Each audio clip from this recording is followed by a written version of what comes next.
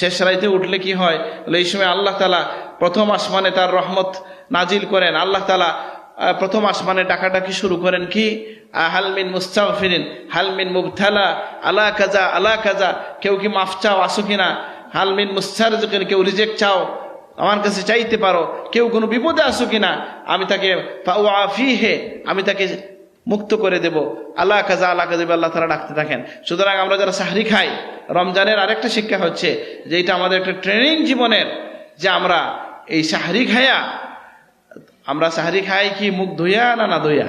তো মুখ যদি কেউ ধোয়, হাত ধোয়, তো পাটা ধুইলে মাথা মুছে করলেই তো তার অজু হয়ে গেছে নাকি? তো যে লোক অজু করতে পারলো সে কি 2 রাকাত নামাজ পড়তে পারে না? আমার মতো বুকা এবং অলস ছাড়া রমজানে তাহাজ্জুদ কেউ মিস করার কোনো সুযোগই নাই।